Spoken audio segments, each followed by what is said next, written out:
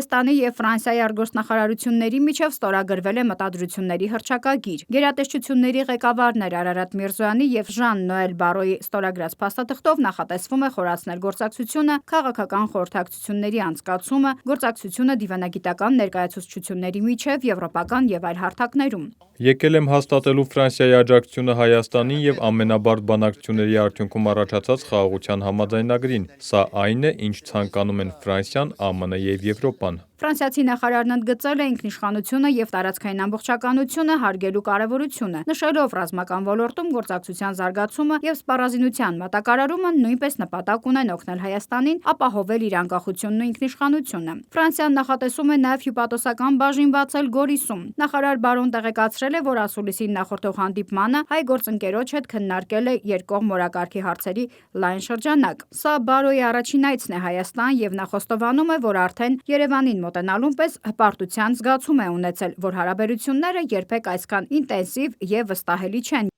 Մեզ կապում են բարեկամությունն ու պատմությունը, և մենք հավատարիմ ենք դրան։ Այս տարի լրացել է Հայոց ցեղասպանության 110-րդ տարելիցը, և այցի շրջանակում կմասնակցեմ ֆրանսիացի ծովակալ Դարտիժ դյու Ֆուրնեի հիշատակին նվիրված միջոցառմանը, որի ջանքերով փրկվել են Մուսա լեռան 4000 պաշտպանները։ Հայաստանի և Ֆրանսիայի միջև հարաբերությունները փաստացիորեն ռազմավարական մակարդակի վրա են, հայտարարել է Արարատ Միրզոյանը։ Նրա խոսքով նախատեսվում է պատրաստել փաստաթուղթ, որը կուրվագծի ապագա քայլերը, այդ թվում ռազմական ոլորտում։ Ֆրանսիացի նախարարը շեշտել է տարածաշրջանի առանցքային դերը հաղորդակցության առումով։ Նրա խոսքով Հայաստանի և Ադրբեջանի միջև խաղաղության համաձայնագրի ստորագրումը շատ կարևոր է Եվրոպայի համար։ Նարինե Ղուկասյան, Renews Armenia։